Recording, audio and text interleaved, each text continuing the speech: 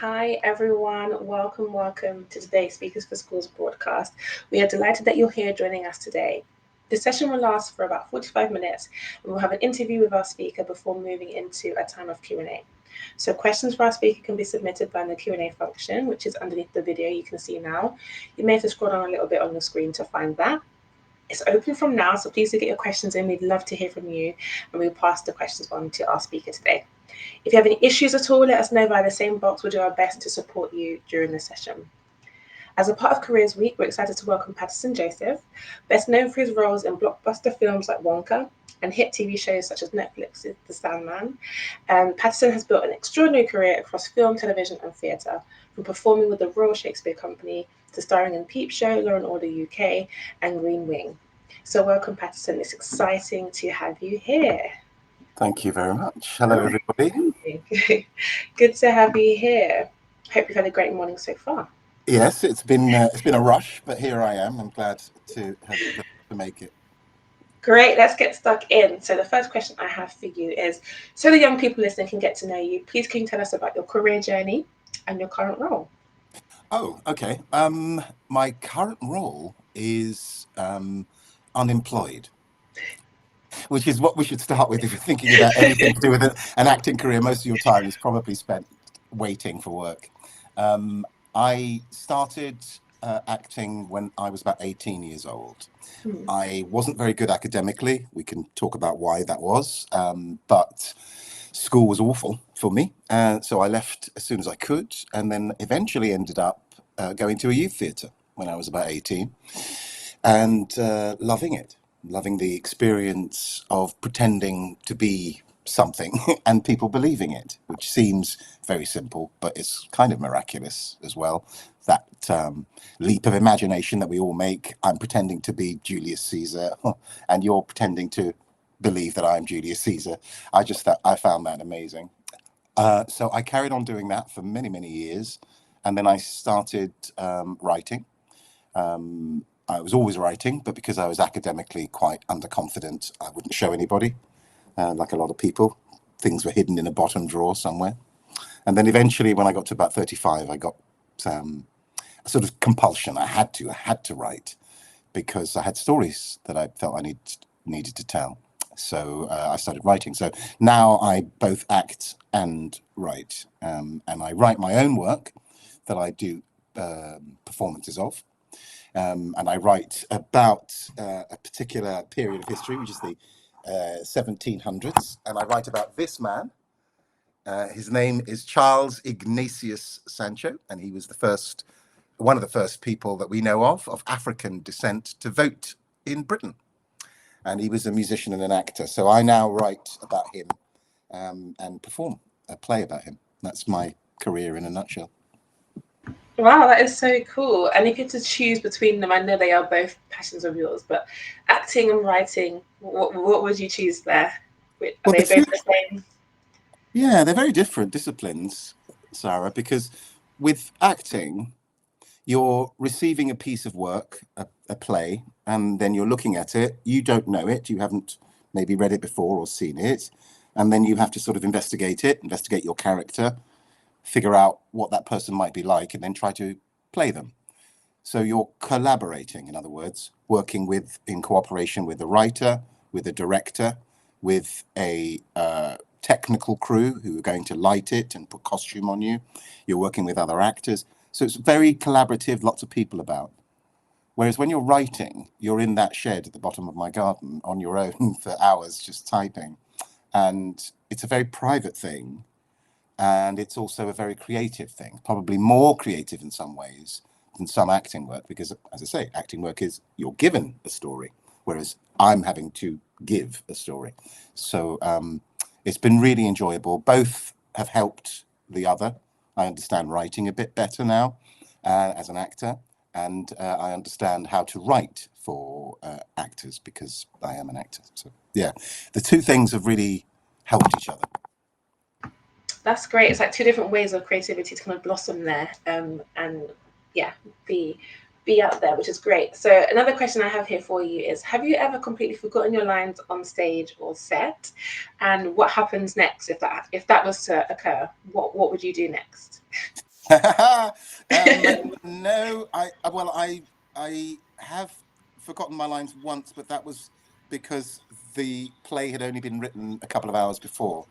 And That's it was fair enough. yeah, it was a charity event where you'd write a play that somebody would write a play overnight and then you just perform it the next day.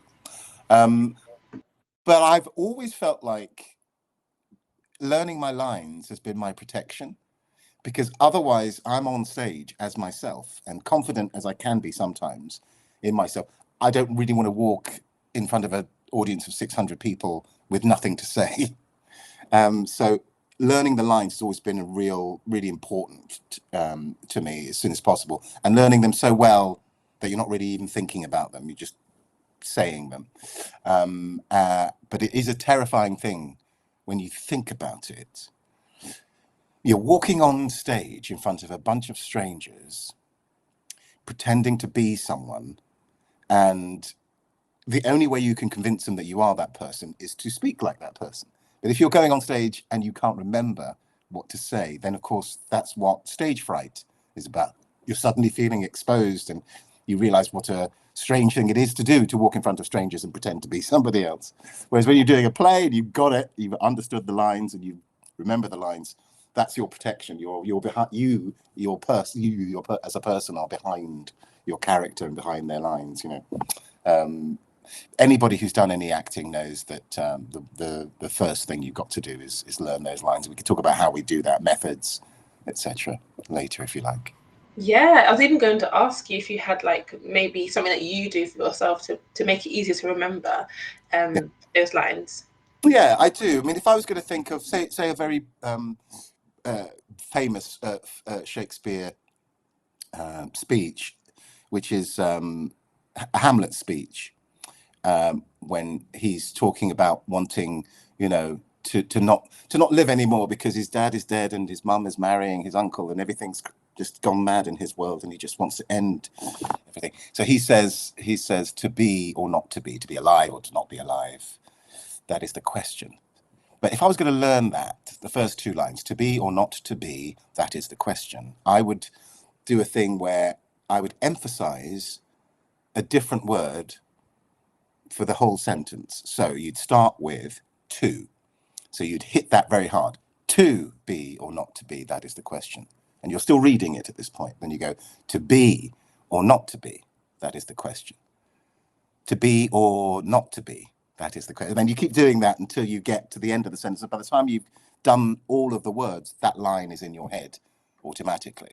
To be or not to be, that is the question. And also what you get from that is different ways of saying things. So if I was saying, I'm going to the shops, that just sounds like I'm going to the shops. It's a statement of fact. But if you go, I'm going to the shops, there's obviously been an argument before where the other person's saying, I want to go, I'm going to the shops. Or you go, I'm going to the shops. Like, you told me I'm not allowed to, but I'm going to the shops anyway. So you see, you could take each individual word and it sounds slightly different, which is what's interesting, I think, about acting. Hearing a sentence that is a very simple sentence, but if the idea behind it is quite strong, the person's angry or upset, then the line sounds different. It sounds more interesting and tells a story. And that's what you investigate when you're an actor, how each individual line can help move the story on. Oh, the person's angry, they're beginning to understand now, and now they're in agreement. That sort of thing. That's what you have to work out through the lines. And it's a long process, and sometimes you learn more as you perform, more than in the rehearsal room. Because sometimes people laugh in the audience, or they go very quiet, or you can realize they're very upset, or they're much more joyous than you thought that they might be on that line. So it changes the audience shape and change the play as it moves on. Yeah, that's amazing. And even just that one sentence you just used there, like I'm going to the shops, it can be heard in so many different ways. And it's just amazing what language can do, especially when you're on stage. So Yeah, it's great. and as an actor, what you get to do is be a bit of a detective in life. And so you can watch a conversation happening amongst your friends or your family and just watch it and accept it, and this is what's happened. Or you can, as an actor, go, that person talks like this to that person. They said this, but they meant that.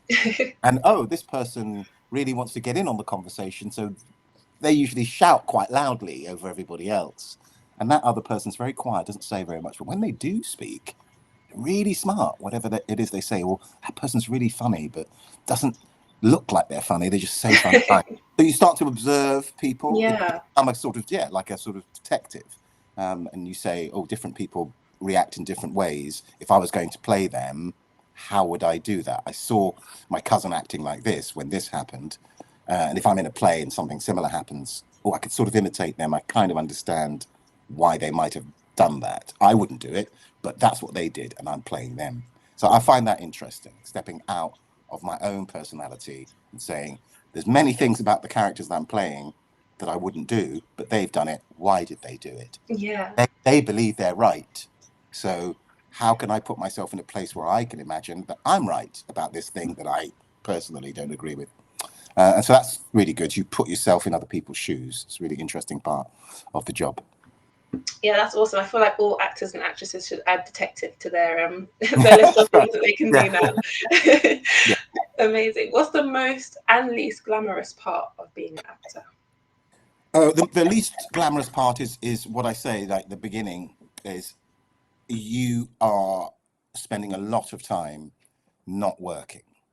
And in that time, you, as an actor, don't have a lot of power to do anything about that, because you just can't create a play and then go into a theatre and perform it. That takes a whole machine. And it's also, you have to remember that there are thousands upon thousands of actors out there, all of them, doing what you're doing, trying to get work, but also some of them so much better than you, and some of them so much more fashionable than you. Because sometimes it's a fashion thing, like you look like this, you look like that. And the hardest thing about being an actor is not having a lot of power in your life. We used to say as a phrase, the only power an actor has, and when I say power, I mean the ability to make something happen. I want to do that kind of job. You can't just choose. You have no power in that. And we always say, that acting is really about rejection. It's about understanding that, yes, you're not right for this part, but but that's quite hard. That's quite hard to get over with, because you feel it personally. You did your best. You did your best job and you didn't get it. So that's hard. The best part of my job is the fact that no 2 days are alike. If that's not something that you like or are interested in, then you really should avoid anything to do with the arts, because that's the thing about the arts. It's quite a fluid environment, and you might work for a short time, like 3 weeks, 6 weeks, 6 months with a company, a theatre company, or on a film or a TV set, and then you all split up and you never meet again in that configuration, as it were. Those people will go off and do other jobs. Everybody's gone to do other jobs. So you might work with some people again, but the whole thing is very fluid. So I actually enjoyed that. I enjoyed the fact that I'm not going into an office every day and seeing the same people and saying the same things and doing the same things. Every day is different. But the balance of it is also, some days are a bit like, I don't know where my next job is coming from. That's the reality of it. Yeah, and it's nice to see that reality there. So thank you for sharing that. A question's actually come through that on something you just touched upon, about kind of having, I'd say, competition in quotation marks of other actors and actresses out there. But they're asking, have you ever dealt with imposter syndrome? Oh gosh, yes, all the time. I don't know anybody who is in their who understands anything about life who doesn't. I mean, I can learn all sorts of skills, but there will always be a nervousness that I won't be able to perform them on the particular day. I think everybody has it in all walks of life. I sometimes say that life is a confidence trick, is that sometimes acting confident, even if you're not, can get you by. I think it's very important, though, to understand that I believe that life is sort of an adventure. I've always sort of believed that there isn't a fixed story, and I sort of accepted that as part of life, that things will come and go, and I try to be a bit sort of philosophical about it, and not hold on too much to I must do this, otherwise I'm a failure, or if I get this job I'll be a success, because none of those things are true. You just don't know what's going to happen after each job, and you don't know whether not getting a job means you'll get this other great job, which is even better. And I've sort of learned that over the many years of acting, and I've learned it the hard way sometimes, to understand that other people in my profession are struggling as much as I am, and everybody is as vulnerable to being unemployed and not working again as everybody else. So as long as I know everybody else is in the same boat, sounds quite selfish. Oh, we're all struggling, but I'm fine with that then, as long as it's Yeah. It's quite a comfort though, isn't it? To Yeah. know that everyone has the same kind of struggles. Exactly. And it's quite nice as well, because if you do focus on maybe that job you have now or the things you have done, you get to appreciate what you've done rather than looking for the next thing. So that's Yeah. really, really important. Yeah. I mean, it's a deep thing, but I also look at the difference between the words content and the word satisfaction. And I think to be satisfied is to sit back and go, well, I've done it all, I've got nothing more to do. But to be content is to go, there are things I want to do, more things I want to do, but right now, this moment, this is good. I'm content with where I am, where I've got to right Yeah. now. And that's important to keep checking in, I think, as an artist, to keep checking in with yourself and going, yes, yes, yes, I'll always have these ambitions. I want to do this. I want to be here, but actually what's happening now, it's very important for artists to be not constantly looking at the future. Yeah. The work you're creating now needs to be created now, not with the future in mind, or Exactly. harking back to past failures or successes. So that's how an artist keeps fresh as well. Yeah. What's happening now? What's this job now? And not thinking, oh, I'm doing this for now, but this is what I really want to do, making the thing you're doing now not very good because you're not really constant. I've learned that over the years too. Yeah, I'm definitely taking that for myself as well. The content and the satisfied. I really like that. Thank you. What's one skill or hobby that you've had to learn for a role that you still use today? Oh, I learnt to pretend to play the clarinet on a job I did many years ago. And when I saw it back, because of course they had to put somebody else playing the clarinet over it, it was a jazz musician in the 1950s. I was so ashamed of my performance. I won't even tell you what show it was in. I was so ashamed of my performance because it just really didn't look like I was blowing that thing, that I subsequently learned how to play the clarinet. So now I can play the clarinet. I like how it's like afterwards, like, you know what, I'm gonna go and learn how to Yeah, play. that shame will never take me again. I will never be caught not being able to play the clarinet. I love it. I'm curious now. I want to know. I'm gonna be searching for that. What's one acting myth that people believe that just isn't true? Oh, that you can walk along the street and somebody just points their finger and go, "Hey, I think you're a star. Come do my movie," or come and be in my theatre show. I've made you that magical. Somebody's going to fall out of the sky and pluck you out of nowhere. That, I think, is one of the big myths, as well as the fact that actors make lots and lots and lots and lots of money, which is really not true, except for a very few well-publicized actors. So it makes everybody think, oh, well, the actors earn, but most of us don't. Most of us don't. Yeah, I think that's it. Yeah. No, I like that honesty. Yeah, keep it coming. Keep it coming. What is the biggest difference between acting for theatre, TV, and film? Okay. So if you're in the theatre, you are the source of all communication to the audience.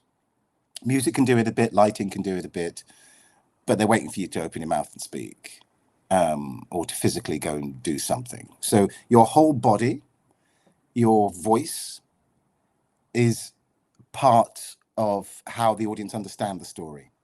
When you're on camera now, you don't have to be that engine. You don't have to be the big communicator, because the camera is making the audience look at what it wants the audience to look at. So if it wants to see you looking worried, then it can just come in close and do that. If you're on stage and I was just looking worried, and it's a 600-seat theatre, there are many people won't know what you're looking at, what you're even feeling until you speak, maybe.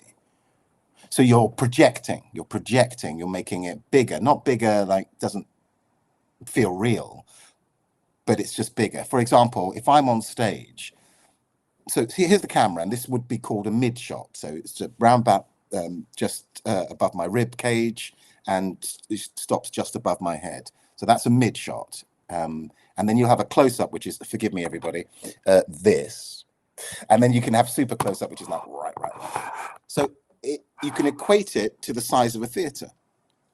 So in a theatre, depending on the size, you project to the space, so your voice fills the space. It's not shouting, it's just making sure everyone in the room can hear you. On camera, you don't have to do that, so everything can be very quiet. But it doesn't mean it's not as truthful because it's bigger. It's just a different size of theatre. So if I was in a little studio theatre, which looks like somebody's living room, then I could act very naturally. I don't have to do very much or speak very loudly. But if I'm in a 600-seater theatre and I start talking as if I'm in a living room, that's not really going to work. So it's like camera work is the same. So I'm on camera in this small theatre. Now, if you're doing a shot that's quite far away, for example, so if I'm over here and I want to go, what do I do? I can do that and that looks fine. But if I do that in the mid close-up, everything, then it's just too, you can even see it coming out of the frame. So you end up more feeling it and saying it and letting the camera do the work of communication. That sounds a bit complicated, but it's really just size of the theatre. What size theatre am I in? Oh, they're really close to me. Everybody's really close. Literally, they're over my shoulder. So I don't need to do very much to show fear or anger or happiness. I just need to feel that. And the camera will convey it to the audience. Where I'm on stage, I have to project that a bit. I have to let them know how I'm feeling.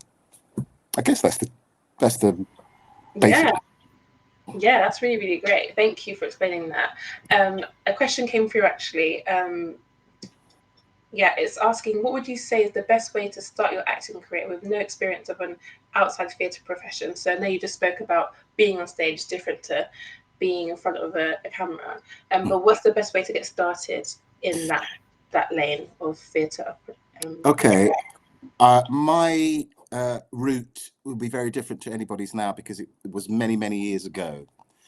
Luckily for me, I was still living in a time when the government would give money to local councils so that they could have youth theatres.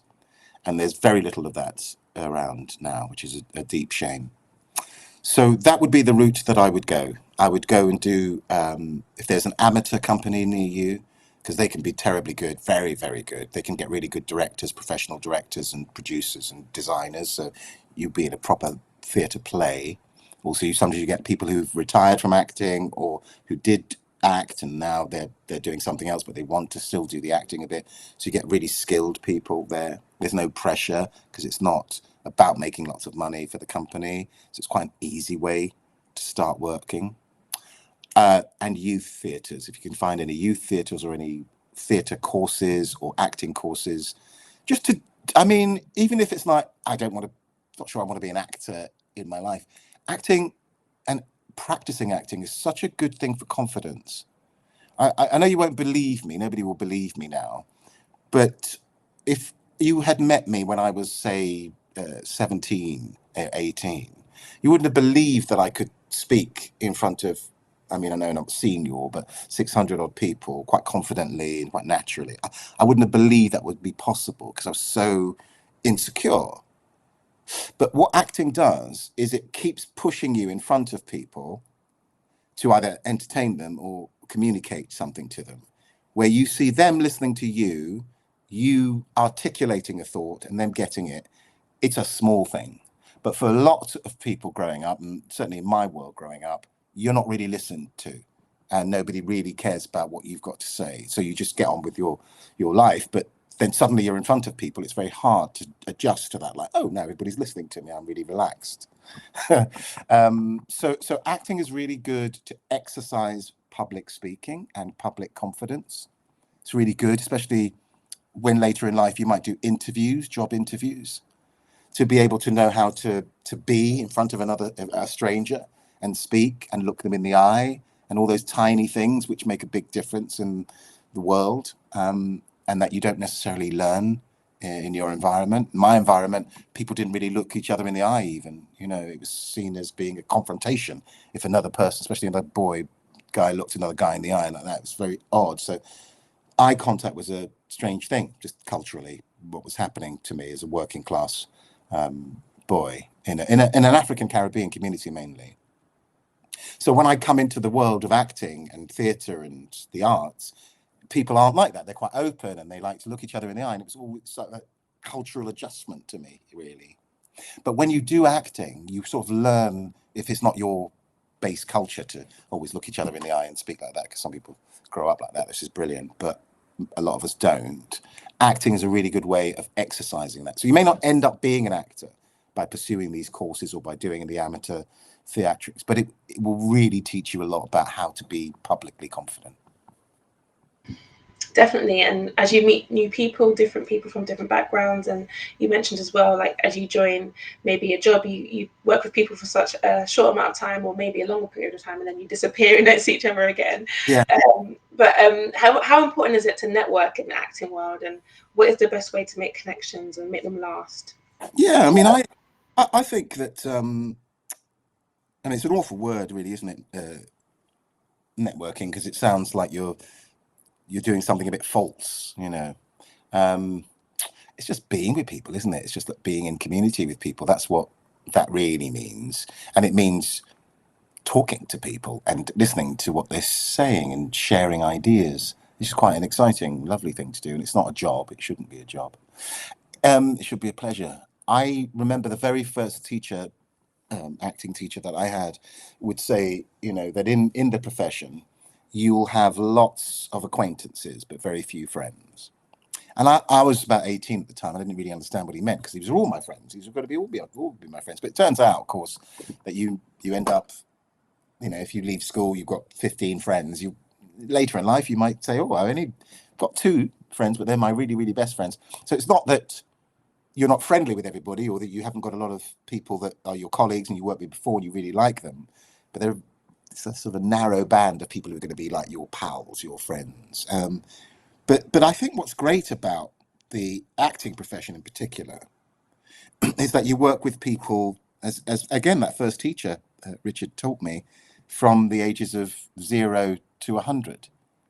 There's no profession that we can think of where you might work with an actor who's 95 and you are 22 or 18, or you're working with a baby just been born, so you're doing Call the Midwife. And you might be 70 or 80. So that's brilliant. Not only that, but the first people who I would say were middle class, what I call middle class people, who lived in proper houses and who had 2 cars and all the things that to me seemed like, wow, they're amazing. They've got all this stuff.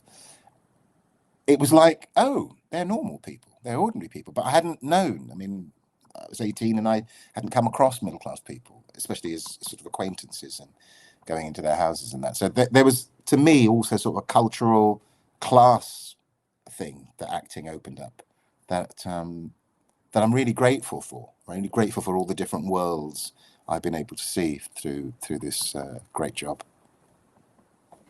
Yeah, it sounds amazing. You must have met some amazing people along the way.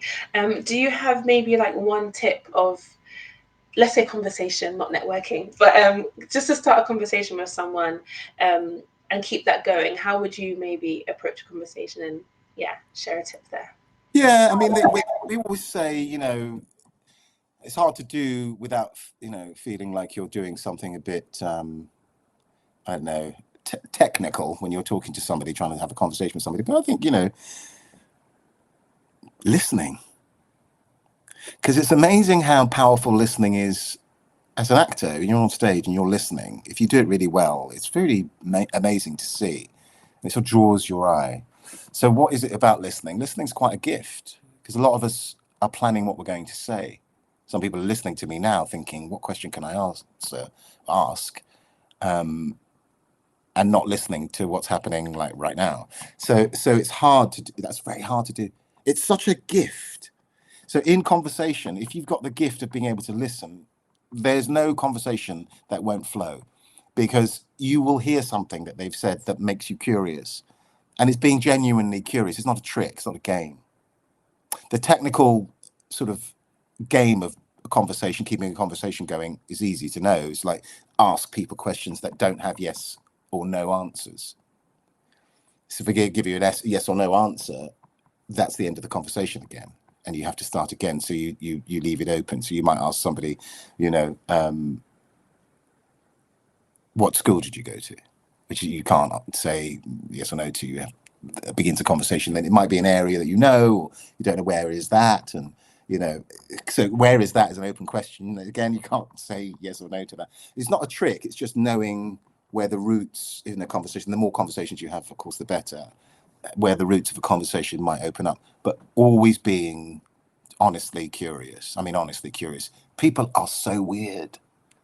Everyone is so weird. We're all so weird. And our life stories are so weird. And by that, I mean different to everybody else's. It's all unique. So everybody, even somebody you just would consider like they're not of interest to me, everybody has a story to tell.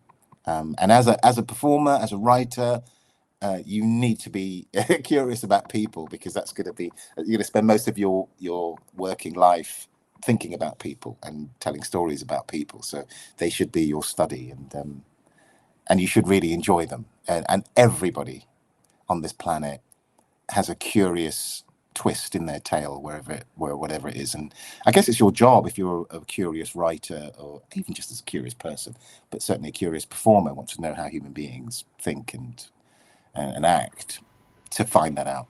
Yeah. I'm so glad you said that, because I agree. I think people are very weird, but in the same way that you said, there's so much out there to learn about people, and I think we all have these different lives, and the more you find out, it's like, oh my gosh, yeah, you are very unique, you know. Yeah. So I do love that. Hex in middle school are asking, who has been the most influential person in your life to support your career, and how did they support you?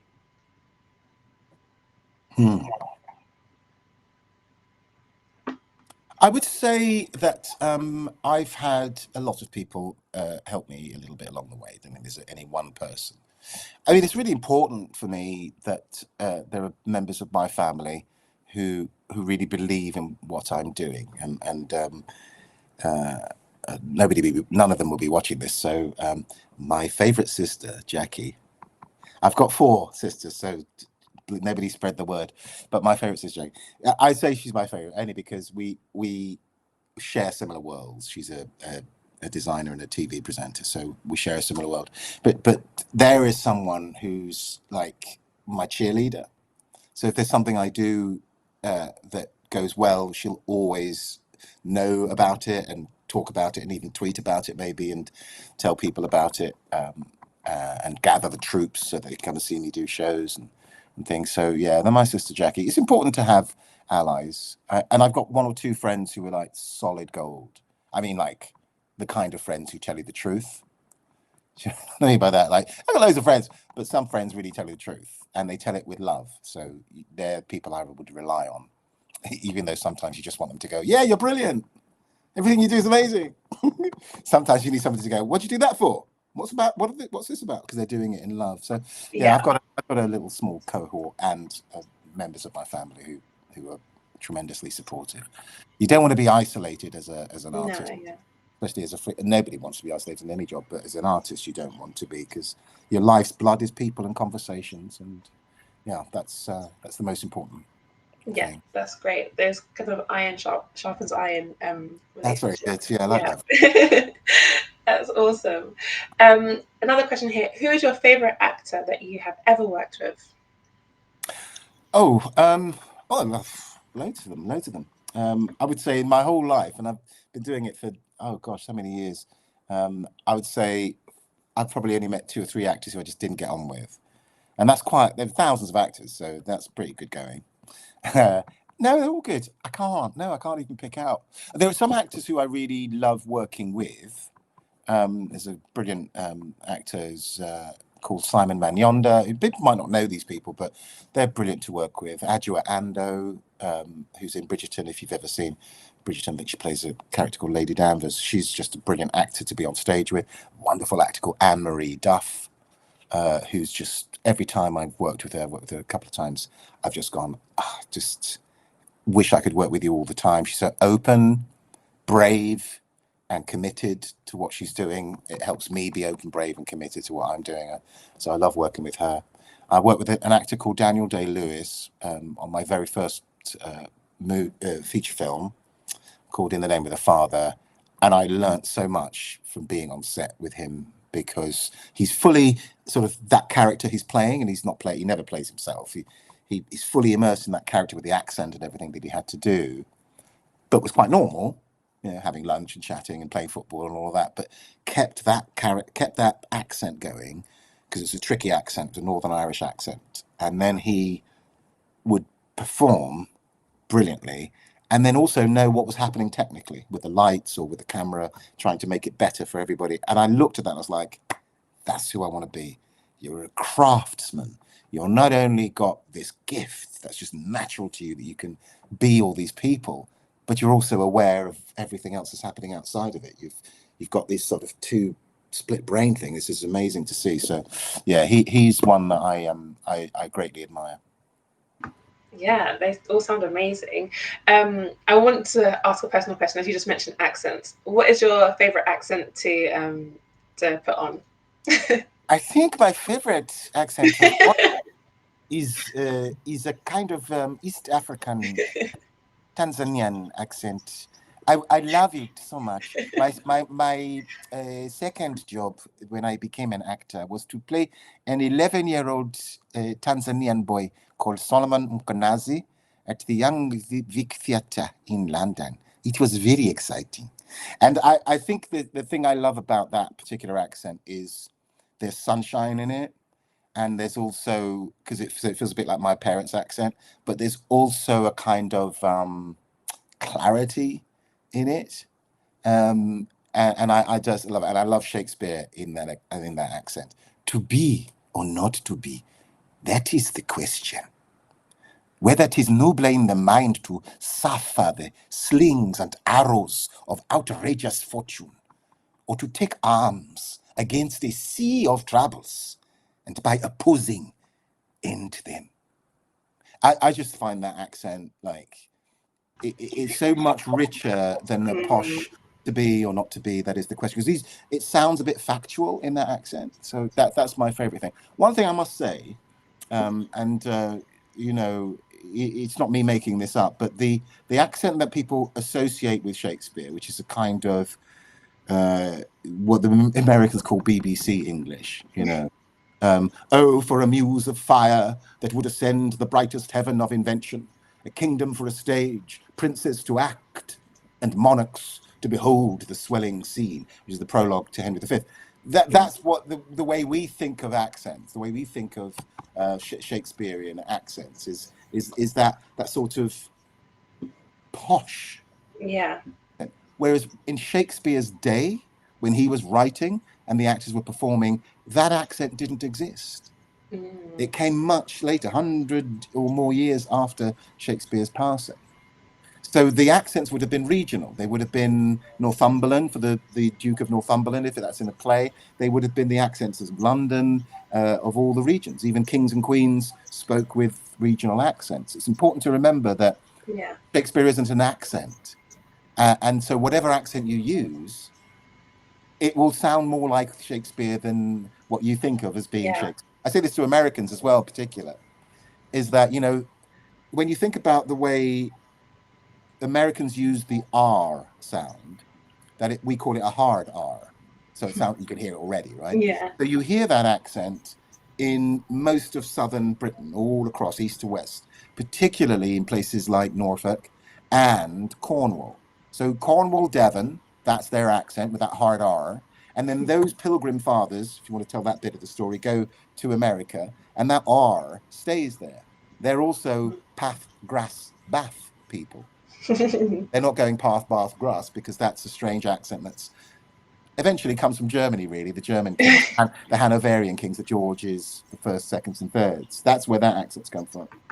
So if you speak Shakespeare in an accent that's just not that plain RP, received pronunciation, BBC English, all sorts of life will come from it. You know, if I go for the beginning of Merchant of Venice, Antonio's talking about how sad he is. In sooth, I know not why I am so sad. It wearies me. You say it wearies you. But how I caught it, found it, or came by it, what stuff 'tis made of, whereof it is born, I am to learn. And such a want wit sadness makes of me that I have much ado to know myself. And then if I'm going to do it in my parents' accent, in sooth, I know not why I am so sad. It wearies me. You say it wearies you. But how I caught it, found it, or came by it, what stuff 'tis made of, whereof it is born, I am to learn. And such a want wit sadness makes of me that I have much ado to know myself. And to me, that feels just as comprehensive as the one for I understand it, Yeah. but it feels more like a real person. So try accents. If you're doing a thing and you're playing Juliet and you go, fire, you fiery-footed steeds, that's fine. You can do all that. Try it in an accent. If your favorite accent's American, try it in an American accent. Yeah.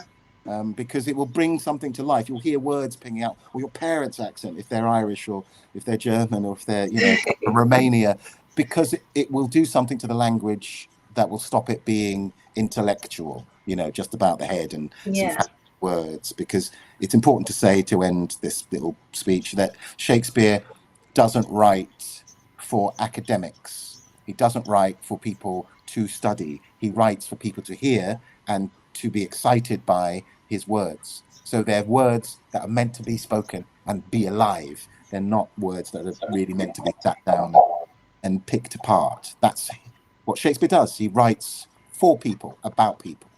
Yeah. All that academic stuff should sometimes get pushed aside when we think about Shakespeare. No, that was great. That was amazing. Thank you for sharing that. We've got time for one more question, Okay. and I'm going to kind of squash it in with any kind of like last words and nuggets of wisdom that you could share from you. So this question they're asking, how important is it to share your work, especially writing? I know before you mentioned about how writing is much more personal and private, but how important is it to share your work there? And then what advice can you give our young people listening today? Okay. I'll try and be brief again. Sharing work, be careful who you share it with. Make sure that they're honest, but that they really love you, because you can get very easily hurt, probably more hurt with writing, I suppose, than acting in some ways. Because it's like, you've made a mud pie in the garden for your parents and you come bring it in and you don't want them going, what the heck is this? Throw that out of the house. It's quite a delicate thing when you've written something from your brain, because actually you might think, is this stupid? Is this stupid what I've written? So it's a sort of gift. So be careful with it. Treat it like a very delicate, duck in an egg. Just make sure that you give it to somebody who's going to be sensitive.